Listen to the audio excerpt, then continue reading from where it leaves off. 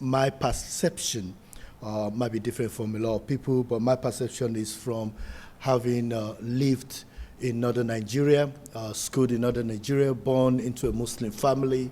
So I understand exactly the issue of Islamic radicalization. I felt the best way to start is to ask this probing question: is this new phrase of violence extremism actually spreading across Africa?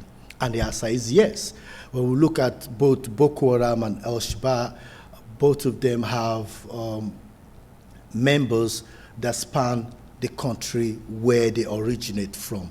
Now, I felt it was important to also look at this organization. Who are they? Like I mentioned earlier, what is their intention? The intention of Boko Haram initially was just to disagree with anything to do with Western education. And Mohammed Yusuf, that actually started the organization, that was his objective.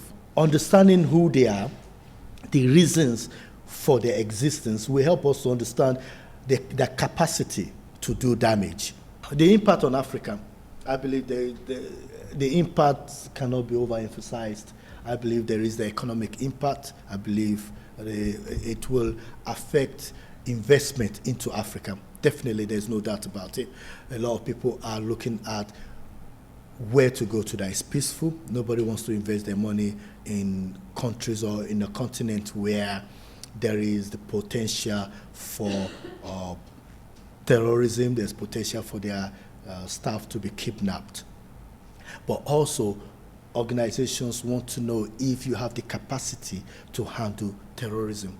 And part of the challenges we have in Africa is the inability of the organizations to work strategically in terms of how they manage their affairs. So we've heard from esteemed speakers that have mounted this podium earlier, talking about the IT infrastructure. What kind of IT infrastructure can you have in place? The African government need to be speaking about how to improve their IT infrastructure to be able to combat crime. In conclusion, I believe that the problem of terrorism can be addressed, can be minimized in Africa if we do certain things. Number one, in Nigeria, for example, there is no de-radicalization project. None. Doesn't exist. At community level, it exists.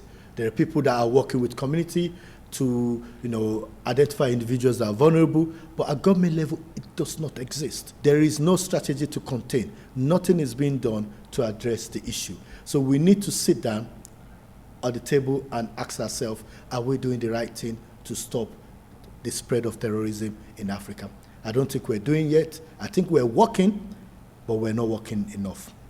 Thank you very much.